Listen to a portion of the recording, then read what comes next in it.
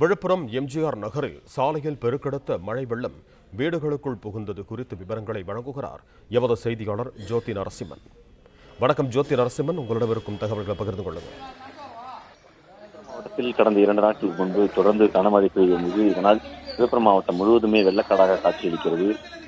குறிப்பாக விழுப்புரம் புதிய பேருந்து நிலையம், மாவட்ட ஆட்சியர் அலுவலகம் ஆகிய பகுதிகளில் தண்ணீர் தேங்கி இருப்பதால் அவற்றை வெளியேற்றும் பணியிலே ஊழியர்கள் ஈடுபட்டு வருகிறார்கள். அங்கிருந்து வெளியேற்றப்படும் தண்ணீர் அதற்கு அருகில் உள்ள சுதாகர் நகர், பிஜேபி நகர் மற்றும் எம்ஜிஆர் நகர் ஆகிய பகுதிகளில் சென்று தேங்கி நிற்கிறது. உடனடியாக அதனால் இந்த வீடுகளுக்குள் தண்ணீர் புகுந்திருக்கிறது. வீடுகளுக்கு உள்ளே இருப்பவர்கள் தண்ணீரை இறைக்கும் பணியில் ஈடுபட்டிருக்கிறார்கள். இருந்தாலும் கூட தரைதளத்தில் உள்ளவர்களுக்கு தண்ணீர் முழுமையாக சூழ்ந்திருக்கும் காரணத்தினால் அடிப்படை தேவைகள் அதிகமாக இருக்கக்கூடிய இந்த சூழ்நிலையில் அரசு உடனடியாக தண்ணீரை வெளியேற்றும்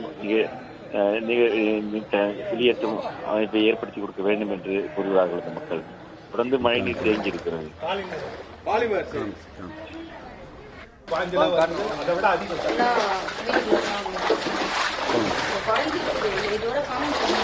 நன்றி ஜோதி நரசிம்மன், உங்கள் தகவல்களுக்கு.